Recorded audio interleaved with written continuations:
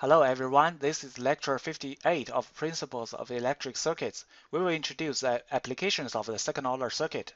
In this lecture, we will introduce you three very fantastic practical applications of the second-order circuits. First of all, let's discuss a second-order ignition circuit. We have introduced an ignition circuit based on first order in lecture 48.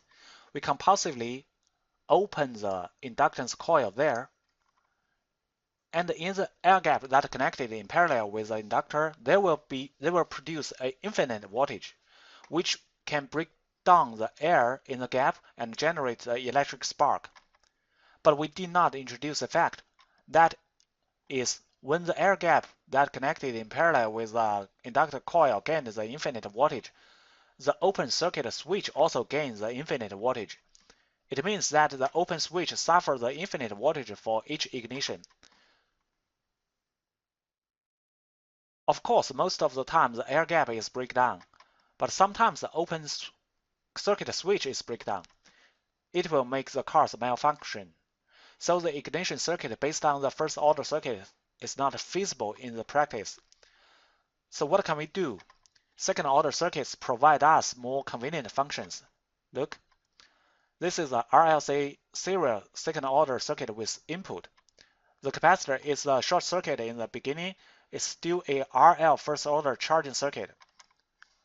The switch is opened when the inductor current is charged to the specified value. It constitutes a RLC serial second order circuit. By setting different C and L, we can obtain different voltage between the air gap connected in parallel with the inductor. We can compare the two circuits. In the first order circuit, the air gap and the switch must suffer the infinite value. But in the second order circuit, the voltage across the air gap and the switch can be controlled by adjusting the circuit parameters. So we can set the circuit parameters to make sure that the air gap is always breakdown and the switch is always safe. We might as well take a look at the simulation about it. It is a simulation circuit of the second order ignition circuit. The main circuit RLC and the voltage source are in series. We set a time delay switch here.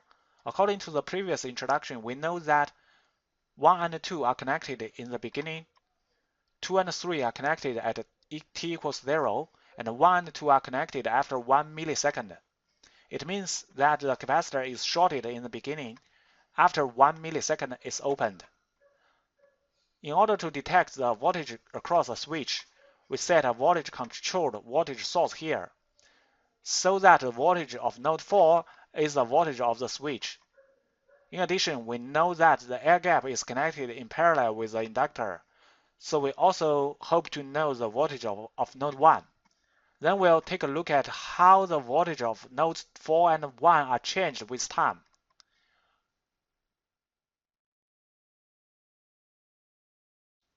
We simulate from t equals 0. The total time scale is 5 milliseconds. We set the voltage of node 1 and 4 as output variables. It can be seen that because the damping resistance is set to be very small, the attenuation of the whole circuit is slow. Node 1 and node 4 are all sinusoidal oscillation waveforms with slow attenuation. They suffer about 600 voltage in the current parameters. Then we change the circuit parameter.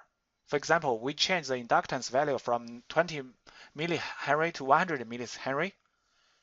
We do the same simulation.